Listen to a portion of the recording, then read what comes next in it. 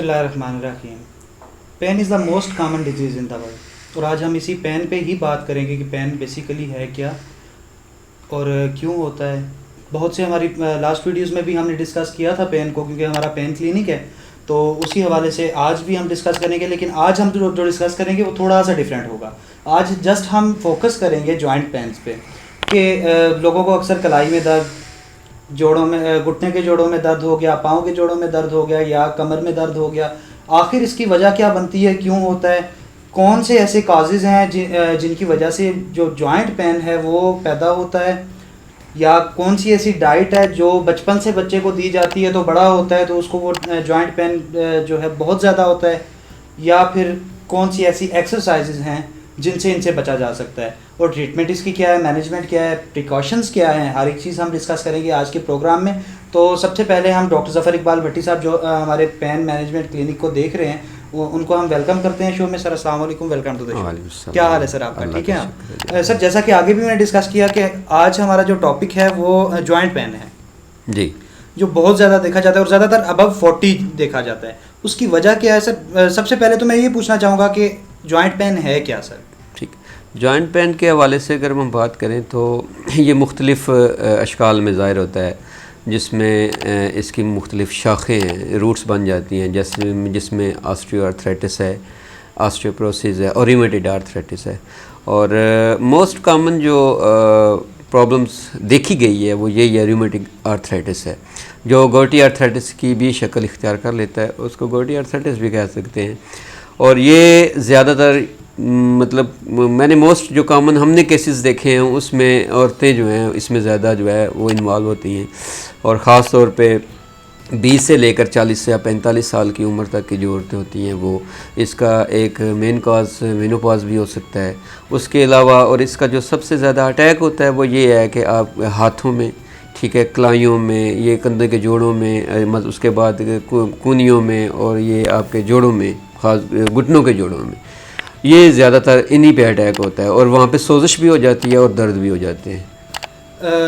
Symptoms sir इसके कैसे पता चलेगा कि आखिर वो आर्थराइटिस है या किसी और वजह से हो? इसमें जो सिम्टम्स आती हैं उसमें फटीग, स्टिफनेस ज़्यादा हो जाती है, जब सुबह उठती है तो जिस्म में अकड़ाहट सी महसूस होती है, जोड़ों में मतलब जब वो चलने से, उठने बैठने से जोड़ों में दर्द होना शुरू हो जाता है और उनमें स्वेलिंग होती है। स्वेलिंग भी होती है, कोई रेडनेस वगैरह भी पाई जाती है? इन्फ्लामेटरी डिजीज़ ही कहते हैं इसको, रूमेटिक आर्थराइटिस को, तो इसलिए वहाँ पे सोजिश तो होगी, स्वेलिंग भी होगी। सर इसको डायग्नोज करने का बड़ा इजी सा तरीका जो कॉमनली हमारे जो व्यूअर्स हैं वो भी घर में बैठ के अगर डायग्नोज करना चाहें कि उनको क्या इशू आ रहा है, आया कि वाकई कोई रूमेटॉइड आर्थराइटिस है या इसके अलावा कोई और डिजीज़ है जिसकी वजह से उनको पेन हो रहा है, वो कैसे डायग्नोज? इसमें जो डायग्नोजेशन का जो अमल है उसमें हम सबसे पहले जो पैथोलॉजी टेस्ट करवाते हैं जिसमें RA फैक्टर, ठीक है, उसके बाद सीरम यूरिक एसिड है, उसके बाद ऑस्टियोक्लास्ट के लिए हमने कैल्शियम का टेस्ट करवा लेते हैं ताकि पता चल जाए कि कैल्शियम की डेफिशिएंसी की वजह से हो रहा है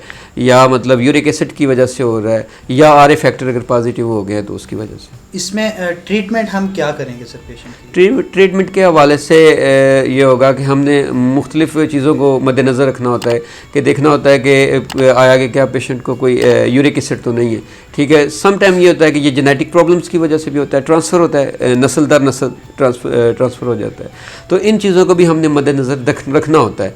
तो इसके लिए जो मैंने आपको ये टेस्ट बताए हैं, हम ये टेस्ट दे के फिर उसको साइन एंड सिम्टम देखते हैं पेशेंट की कि आया कि उसकी सिम्टम्स किस तरफ जा रही हैं, उनको मद्देनज़र रखते हैं। फिर उसकी डाइट प्लान को देखते हैं कि वो बहुत ज़्यादा कोई मतलब एनिमल फैट्स तो नहीं यूज़ कर रहा, वो ज़्यादा कोई आजकल हमारे जो जंक फूड्स और फिज़ी ड्रिंक्स ज़्यादा यूज़ होते हैं वो बच्चे, और हमने अक्सर जो केसेस आए हैं उनमें ये देखा है कि जो छोटे छोटे बच्चे होते हैं वो भी इनमें मुब्तला हो जाते हैं कि जिसमें लो कास्ट में फ़ीवर आ जाता है, उसमें मतलब टाइफाइड की वजह से भी हो जाते हैं। बेशुमार ऐसे काज हैं कि जिनको मद्देनज़र रखना पड़ता है और उसको मद्देनज़र रखते हुए फिर हम इसकी ट्रीट करते हैं। सर इसमें पेशेंट को सेफ्टी प्रिकॉशंस क्या करने चाहिए अगर कोई पेशेंट इस डिज़ीज़ का शिकार है, या जो ऐसे लोग जो नॉर्मल हैं और वो इस डिज़ीज़ में मुब्तला नहीं होना चाहते तो उनको डाइट प्लान क्या रखना चाहिए, और कौन सी ऐसी एक्सरसाइज आप एडवाइस करेंगे हमारे व्यूअर्स को जो वो करें?